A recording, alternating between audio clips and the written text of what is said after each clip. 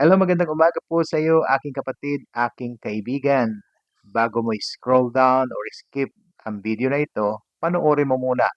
Dahil sa araw na ito, minsan pa ay nais kong magbahagi sa iyo ng isang inspirasyon mula sa salita ng Diyos. Galing po sa Aklat ng Kawikaan, Kabanatang 29, ang talata po ay 25. Sabi po dito, huwag mong ikabahala ang sinasabi ng iba. Magtiwala ka kay Yahweh at mapapanatag ka. Alam po ninyo ang katotohanan sa buhay natin.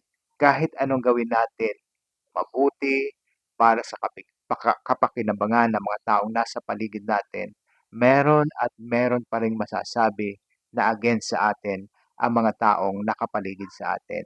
Pero ang sabi po't paalaala ng salita ng Diyos ay huwag natin siyang ikabahala as long as alam natin yung ginagawa natin ay nakapagbibigay ng kaluwalhatian sa ating Diyos. Ito'y nagbibigay ng kalukuran sa Kanya at ginagawa natin ito sang-ayon sa Kanyang kalooban. Huwag nating ikabahala yung mga komento, yung mga paratang, or yung mga sinasabi ng mga taong nasa paligid sa atin. Anong sabi dito? Magtiwala tayo kay Yahweh.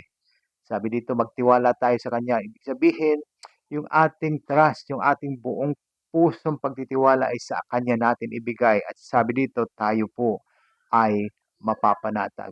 Yung mga sinasabi ng mga tao na nakapaligid sa atin, minsan ito'y nagdadala ng mga alalahanin, nagdadala ng mga suliranin sa atin, minsan pagkabagot at minsan pagkawala ng gana or disappointment or discouragement. Natural lamang po yon.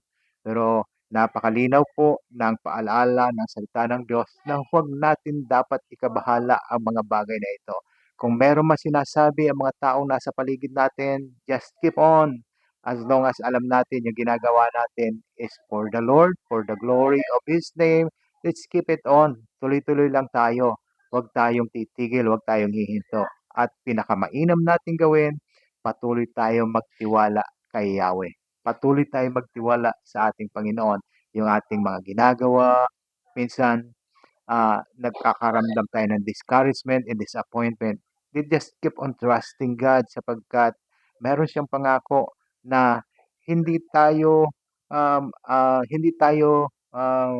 magigiba, hindi tayo mauuga. Sabi dito, bibigyan tayo ng kapanatagan ng Panginoon. So, hindi natin kayang kontrolin ang sinasabi ng tao patungkol sa atin. Ang tanging natin magagawa is just to keep on trusting God at ipagkatiwala natin sa Diyos ang lahat. Kahit po yung mga tao na nasa paligid natin na may mga sinasabi against us, dalhin natin ang pagtitiwala sa ating Panginoon. Dalhin natin sila sa panalangin. Hayaan natin ang Diyos ang kumilos sa kanila at maranasan nila ang dakilang pag-ibig ng Diyos. Just keep on, kapatid. Uulitin ko po yung sinabi ng talata. Huwag mong ikabahala ang sinasabi ng iba. Bagkos magtiwala tayo kay Yahweh at mapapanatag ka. God bless po sa inyong lahat. Ito po ang inyong lingkod, Pastor Richard Ibares. Bye-bye!